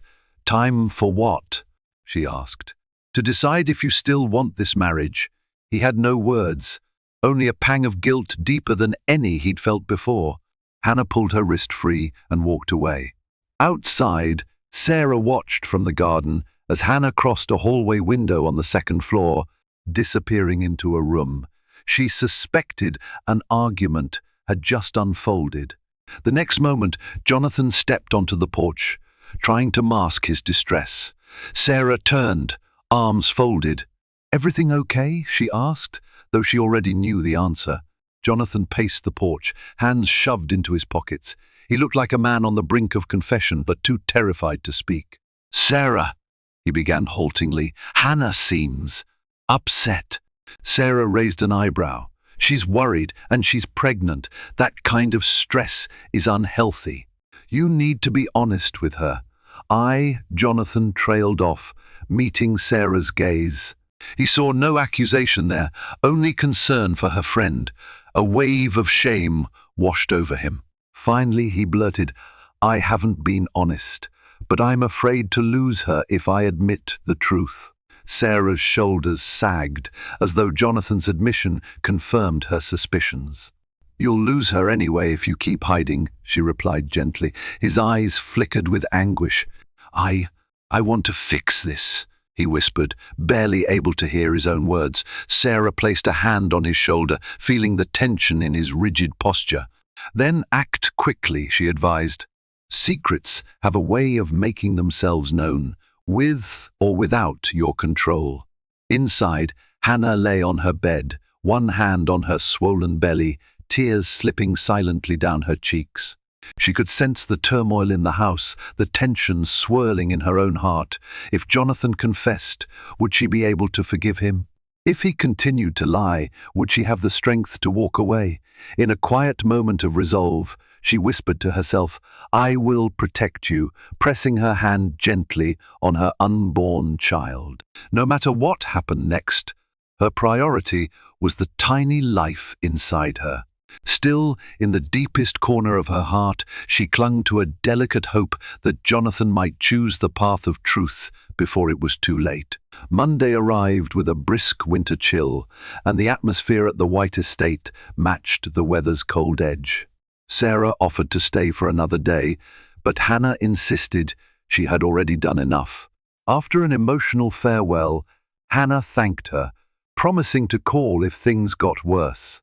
Jonathan drove to the office, trying to bury his guilt under a mountain of work. Just as he began sifting through spreadsheets, Isabella's number flashed on his phone. His chest tightened. He didn't want to answer, yet ignoring her calls no longer felt like an option. He stepped into a deserted conference room. "Isabella," he said quietly, "I'm at work. This better be important." A slight pause, then a sigh. "You've been avoiding me," Isabella said. "You've changed. Did something happen?" Jonathan ran a hand through his hair. "Things have gotten complicated at home," he admitted, choosing his words carefully. She scoffed, the sound sharp over the line. "Your wife found out?" His stomach lurched. "No, not exactly, but she's suspicious. I can't keep doing this." Silence hung like a guillotine blade. "Are you saying you want to end things between us?" Isabella asked, her tone a mixture of disbelief and anger. Jonathan swallowed. "I don't know." He hated how indecisive he sounded, how weak. "I have to fix my marriage." She let out a cold laugh. "So that's it. You used me for some fun, and now you run back to your precious wife." He bristled. "It was never just fun, Isabella, but I can't lose my family." Her voice turned steely. "Well, you should have thought about that before. I won't just vanish quietly." Jonathan's throat tightened. This was the moment he had feared. Isabella was not someone to cross lightly. She had her own ambitions, and he'd become entangled in her life. "I'm sorry," he said, voice trembling. "Sorry won't fix the damage," she shot back. "I put a lot on the line for you personally and professionally. I hope you remember that." She hung up, leaving him standing alone in the empty conference room. His reflection in the glass panel showed a man suddenly aged by regret. Back at home, Hannah sat on the couch, flipping through baby name books, though her heart wasn't in it. She'd had a doctor's appointment scheduled that afternoon and fully intended for Jonathan to accompany her, as he'd promised. But a gnawing dread whispered that he might not show up. Around noon, Hannah gathered her handbag and stepped out onto the porch, heading to her car. She paused, gazing at the seat next to her empty, like the space Jonathan should occupy. A surge of resentment flared, but she tamped it down for the baby's sake and drove herself to the hospital. In the ultrasound room, Dr. Garcia greeted her warmly. "Hannah, how are you feeling?" She forced a small smile. "I'm okay," she lied. They began the examination, the ultrasound machine's hum filling the silence. Hannah's heart swelled with emotion as the monitor revealed the faint flicker of her baby's heartbeat. It was the one miracle that no amount of marital strife could dampen. After the checkup, Dr. Garcia handed Hannah a small black and white sonogram. "Everything looks good so far. We'll keep monitoring, of course, but you seem healthy." Hannah nodded, tears prickling her eyes. She wished Jonathan were there to share this moment. The absence of his warmth gnawed at her, reminding her that the life they created should be a source of unity, not isolation. When she returned home, the house was still.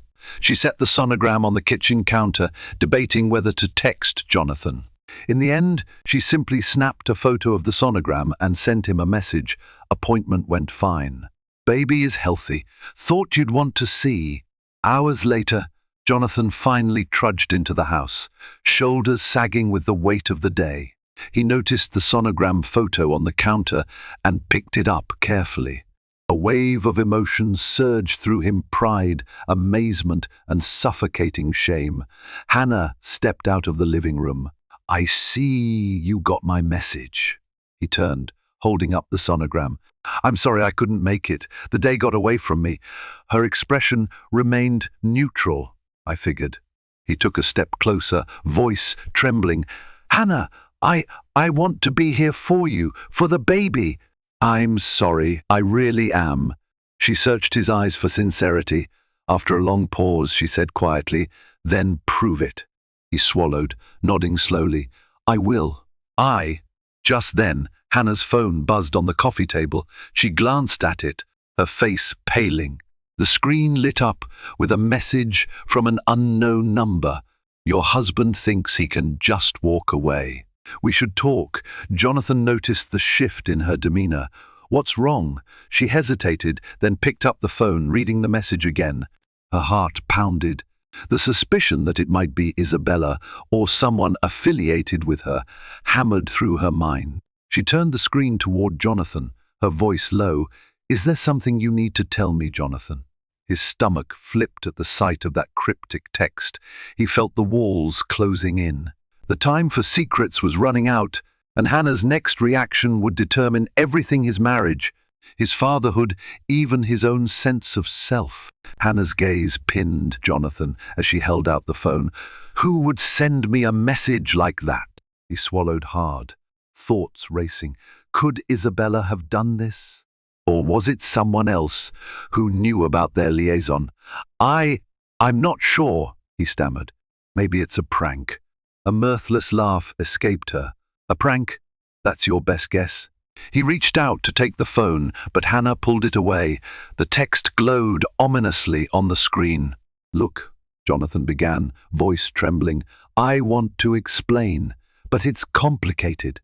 She set the phone down, her expression resolute. "Start with the truth." Jonathan felt cornered, heart pounding. So loudly he feared he might pass out. A memory flashed, his father once telling him, "Honesty is only easy when you've done nothing wrong. When you have something to lose, it's the hardest path." In a wavering voice, he began, "I met someone, Isabella, at a business meeting. We got involved, but it was a mistake. I swear, Hannah, it was never about replacing you. He stopped, words choked by guilt. Hannah inhaled sharply, tears threatening to break through her cold exterior. Still, she maintained composure. "How long?" He pressed a hand to his forehead. "A few months, but it was only ever an affair of phone calls, texts, no permanent intentions." He realized how hollow his words sounded. Her eyes flashed with pain. "You think that makes it better? That it wasn't permanent?" He shook his head. "No, I'm sorry." He paused, his voice trembling. "I ended it, Hannah. At least, I tried to. She's not taking it well." Silence. Hannah's mind spun with anger, betrayal, and a strange sense of relief. At least she wasn't imagining it. "So that's who's texting me," Jonathan sighed, resignation filling him. "Likely yes. I confronted her today and told her I wanted to save my marriage." A wave of bitterness coursed through Hannah. She picked up the phone again, reading the text a second time. "Then why involve me? Is she threatening you?" He wasn't sure how to respond. "Isabella's upset and I can't predict what she'll do." "Maybe she wants to scare me or you into responding." Hannah felt her baby kick, a sharp reminder that she had more to protect now than just her own heart. "What does she want?" Jonathan pressed his lips together. "I don't know, but I'm prepared to handle it. I'll do whatever it takes to keep you safe." She closed her eyes for a moment, overwhelmed.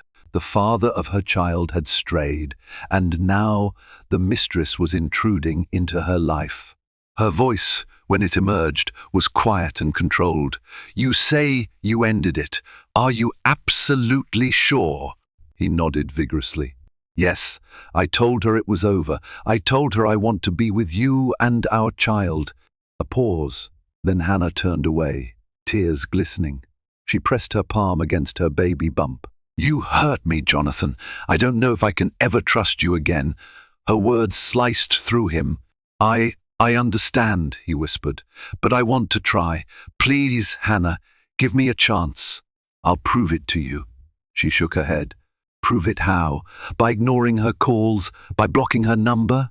"This isn't just about ending an affair. It's about the damage you've done to us." Jonathan's eyes brimmed with regret. "I know, and I'll do whatever I can to make it right. Therapy, time off work, anything." Hannah took a shaky breath. "I can't even look at you right now." Her voice cracked, revealing the hurt beneath her calm exterior. "I need space." He stood there, heart hammering. "Where will you go?" She wiped away a tear. "I'll stay here in the guest bedroom for now, but I don't want you near me until I can figure out how I feel." Jonathan's shoulders sagged. "Okay, Whatever you need. She turned toward the stairs, then paused. If she contacts you again, I want to know immediately. If she comes near me or our child, I'll make sure she regrets it. He swallowed, nodding. Agreed. Hannah ascended the stairs, leaving Jonathan alone in the dimly lit foyer. He gazed at the phone on the coffee table, the text still displayed. The power dynamic had shifted. Isabella's hold on him was replaced by Hannah's heartbreak and fury. And for the first time, he truly feared the consequences of his actions. He paced the house until midnight, restless thoughts filling every room. The more he dwelled on Hannah's wounded eyes, the more he despised himself. He was also acutely aware that Isabella might not let go easily. At last, he drifted to the master bedroom. Seeing Hannah wasn't there, he felt a pang of emptiness. The loneliness echoed in the lavish space they once shared. Their wedding photo was on the nightstand, both of them smiling, so full of promise. In a quiet moment of clarity, Jonathan sank onto the bed and buried his face in his hands. He prayed that Hannah would eventually find it in her heart to forgive him. But as he listened to the silence, broken only by the hum of the central heating, he realized forgiveness was no longer a guarantee. Over the next week, a fragile truce prevailed in the White residence. Hannah moved into the guest bedroom, maintaining minimal contact with Jonathan. They only spoke about practical matters, doctor's appointments, groceries, the house staff's schedules. Jonathan complied with her request for space, though each day apart felt like a fresh wound. In a bid to demonstrate his commitment to change, Jonathan took an indefinite leave of absence from most of his work responsibilities. He delegated tasks to his senior executives and asked James Nicholson to handle the final stages of the merger. In the interim, he stayed home, eager to repair the rift, no matter how slow the process. Despite the tension, Hannah allowed him to drive her to her next prenatal appointment. She sat rigid in the passenger seat, arms crossed over her chest. Jonathan stole glances at her, taking in the tired lines around her eyes, the tinge of sadness that wouldn't leave her face. At the hospital, Dr. Garcia met them with a warm smile. "How are we feeling today?" she asked gently. Hannah managed a small smile. "Tired, but okay." The doctor performed a routine check and handed Hannah another ultrasound photo. Jonathan stood by silently, heart pounding with a mix of awe and sorrow at the sight of the tiny life on the screen. They left the hospital without speaking much. But as Jonathan unlocked the car doors, Hannah spoke up. "Thank you for coming," she said softly. He looked at her, eyes brimming with sincerity. "I want to be here, always." Hannah glanced away, but didn't say more. The drive home was quiet, punctuated by the purr of the engine and the unspoken tension swirling between them. That evening, Jonathan prepared dinner himself, something he rarely did. He set out 2 plates of pasta and a small salad, hoping Hannah would join him at the table. But when he knocked on her guest bedroom door, she answered in a subdued tone, "I'm not hungry right now." He left her plate in the fridge, disappointment coiling in his chest. Dinner alone felt hollow, every bite tasteless. Later, he sat in the living room, flipping restlessly through channels on the massive flat-screen TV. His mind, however, was elsewhere, on Hannah's closed door, on Isabella's potential next move, on his own stupidity. Finally, a single text arrived on his phone. His heart lurched, half expecting it to be Isabella, but it was from James Nicholson, merger closing tomorrow. "Your presence would be valuable, but I understand if you can't make it. Also, I heard from Isabella she seems furious. Let me know if you need help." Jonathan sighed, typing back a reply.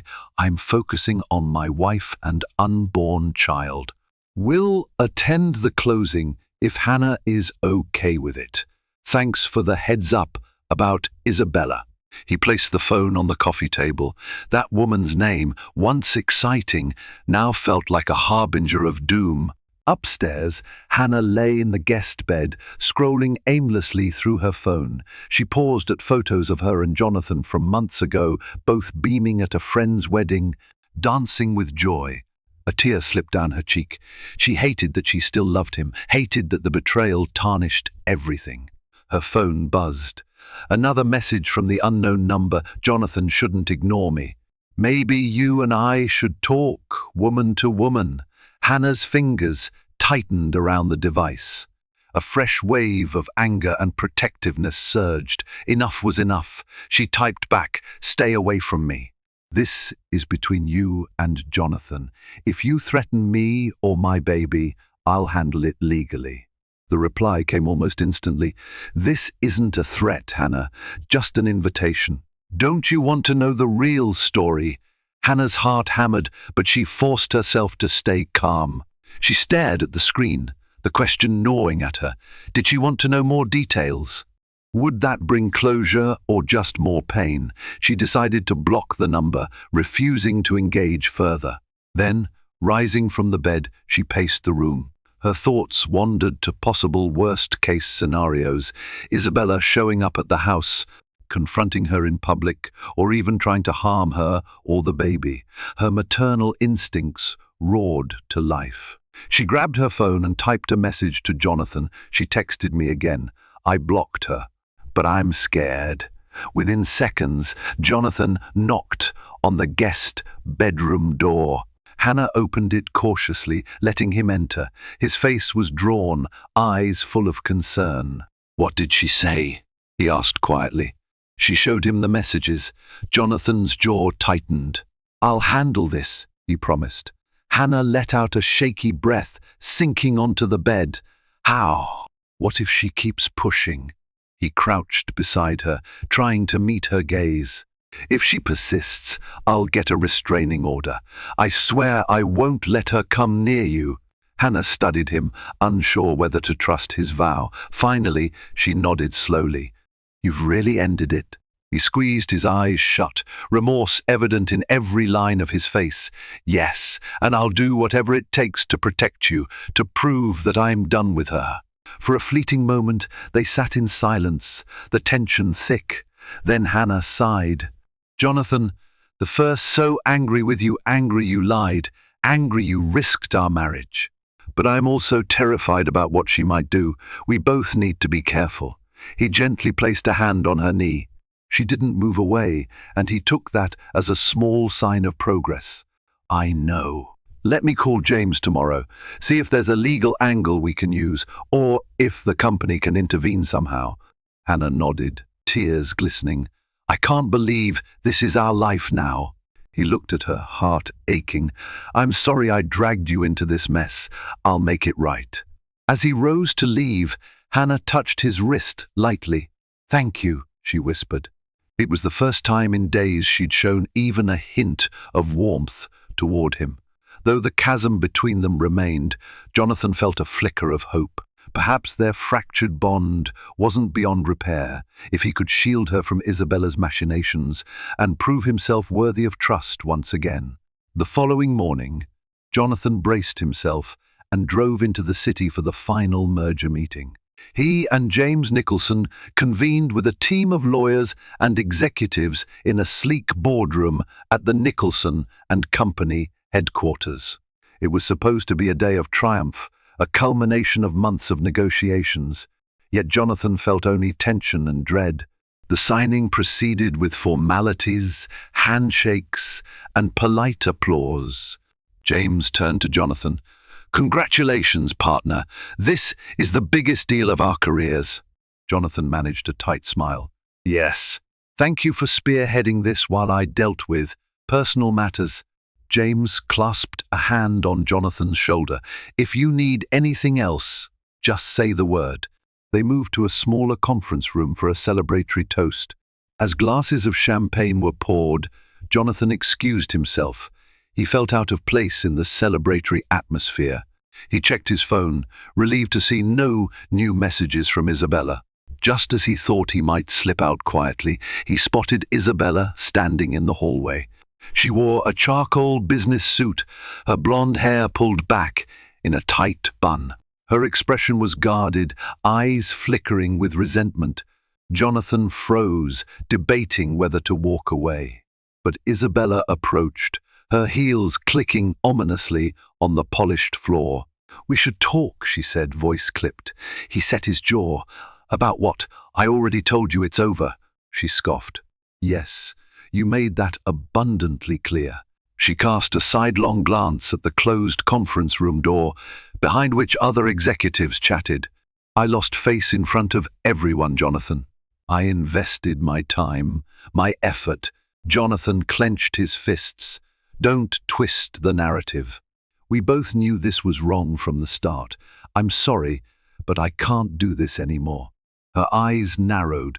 "You still care about that wife of yours, even though you clearly got bored enough to stray." He swallowed, guilt mingling with anger. "I was a fool, yes, but I will not throw away my marriage for a fling." Isabella's face tightened. "A fling? I opened doors for you, introduced you to influential people. Do you think I did that out of the goodness of my heart?" Jonathan's temper flared. "I never asked for those introductions in exchange for an affair." She took a step closer, her tone dropping. "Listen closely, Jonathan. I'm not some forgettable mistake. If you alienate me, you risk more than just your reputation. I can make this entire fiasco public." The threat hung in the air, cold and heavy. Jonathan's mind raced. He imagined headlines about a scandal, the toll it would take on Hannah, the further harm to his marriage. He forced himself to speak calmly. "What do you want from me?" "Money." Isabella arched an eyebrow. "That would be too obvious, wouldn't it? Besides, I have plenty of my own. What I want is acknowledgement. I won't be cast aside like trash." Jonathan rubbed his temples. "I'm sorry for how things ended, but making this public will only destroy both of us." She looked away, arms crossed. "I might consider staying silent for now, but if you or your precious Hannah keep ignoring me, I won't hesitate to do what I must." His phone buzzed in his pocket, making his heart skip a beat. He ignored it, focusing on Isabella. "Stay away from Hannah," he warned, voice low. "She's innocent in all this." Isabella lifted her chin defiantly. "We'll see." With that, she spun on her heel and walked off, leaving Jonathan trembling with anger and fear. He pulled out his phone, expecting another text from her, but it was Hannah's name on the screen. A sense of relief washed over him. He quickly answered. "Hannah?" Her voice came through, tense but steady. "Hey, just checking in. Is everything okay? You said you'd call after the meeting."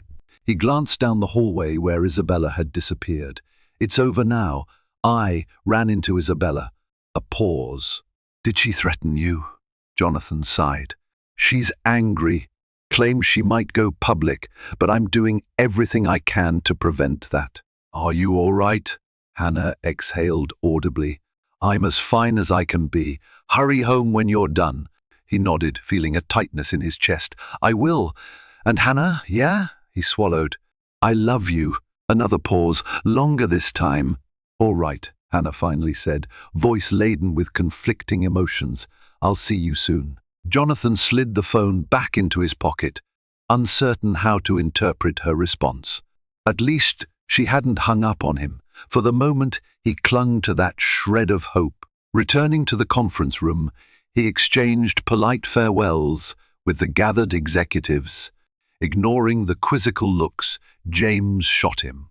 Then he headed for the elevator, each step feeling like a step deeper into the labyrinth of his own making. Isabella's threat loomed like a dark cloud, but the only thing that mattered now was safeguarding his wife and unborn child, whatever the cost. Jonathan drove back from the city with a mounting sense of urgency. The possibility of a public scandal, courtesy of Isabella's fury, pressed down on him like a weight. Yet his foremost concern was Hannah, her emotional well-being, and the baby's safety. He arrived home to find Hannah waiting in the living room. She wore a loose, comfortable dress, her hands resting atop her swollen belly. The moment he stepped inside, she straightened, eyes scanning his face. You saw her, Hannah said, more a statement than a question. Jonathan nodded, setting his briefcase down. Yes, she threatened to go public with the affair. She wants to hurt us, if she doesn't feel acknowledged. A flicker of fear passed over Hannah's features. She slowly sank onto the couch, motioning for Jonathan to sit in the chair opposite her. What does that mean for us? He took a seat, trying to keep his voice steady. I can't predict her next move, but I'll consult my legal team, request an order of protection if needed. If a story breaks, I'll resign from any public-facing role. I'll do whatever it takes to minimize damage. Hannah looked down at her hands, her engagement ring glinting in the afternoon light. And what about us, Jonathan? How do we survive this? He leaned forward, elbows on his knees. We see a therapist if you're willing. We rebuild trust, step by step. Or, if you need to leave me for a while, I'll understand. I don't want to lose you, Hannah, but I know I've broken something precious. A silence fell, thick with regret and longing. Finally, Hannah lifted her gaze, tears brimming. I hate that you cheated on me, but I still love the man I married. If you truly want to make amends, we need honesty, total transparency. No more secrets. He nodded earnestly. Agreed. I'll give you full access to my phone, my email, anything you want. I'll block Isabella. I'll send a final message demanding she leave us alone, and if she persists, I'll get the law involved. Hannah took a steadying breath, touching her belly. The baby's faint kick reminded her of the future she hoped for, a future with two loving parents, a stable home and happiness that once seemed guaranteed. All right, she murmured, we can try.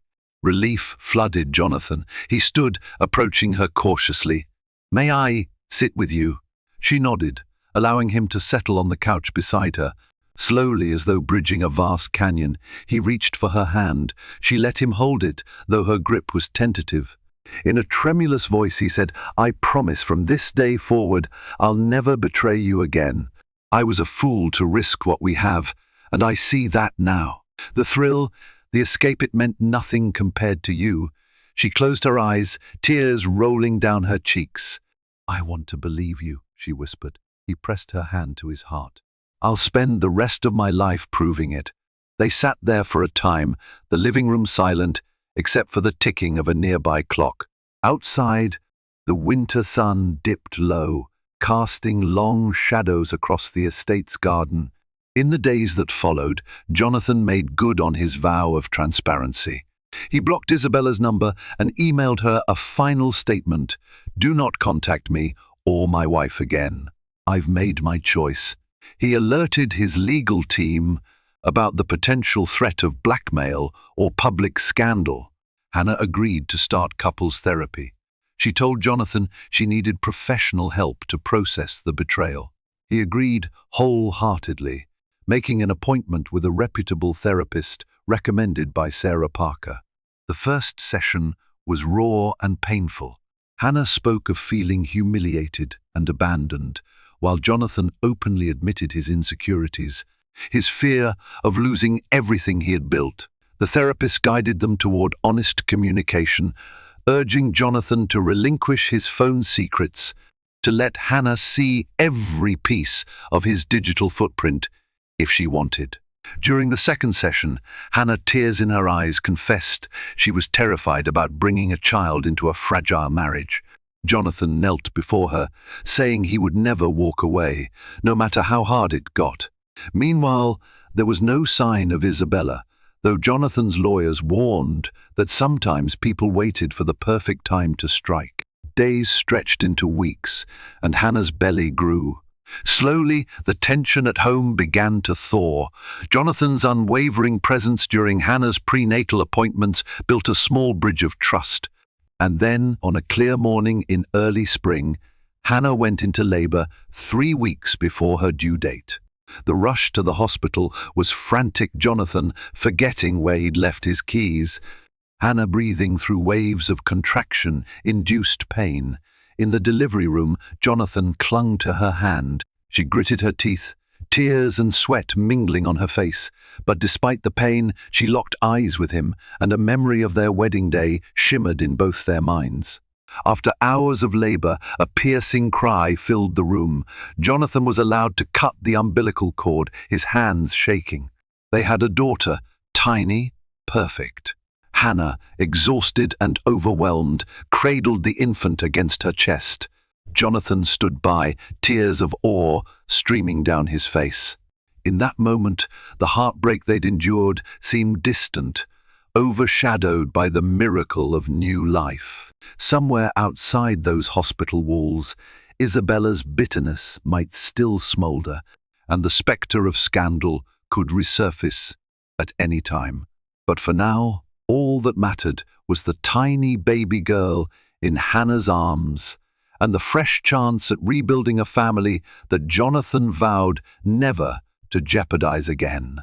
Thank you for joining this emotional journey through betrayal, heartbreak, and the fragile path to redemption in Millionaire Husband. Flirts with Mistress on phone pregnant wife's cold reaction leaves him in regret. If you found yourself hooked by the twists and turns of Jonathan's downfall and Hannah's unwavering strength, we'd love for you to share your thoughts. Will they overcome past mistakes, or will Isabella's looming threats haunt them forever? Your feedback, likes, and shares help this channel grow so we can continue bringing you real-life drama fiction stories that spark emotion and reflection.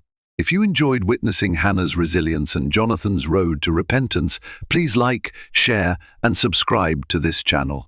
Don't forget to ring that notification bell so you'll never miss another intense drama. Thank you, and we look forward to sharing more unforgettable tales with you soon.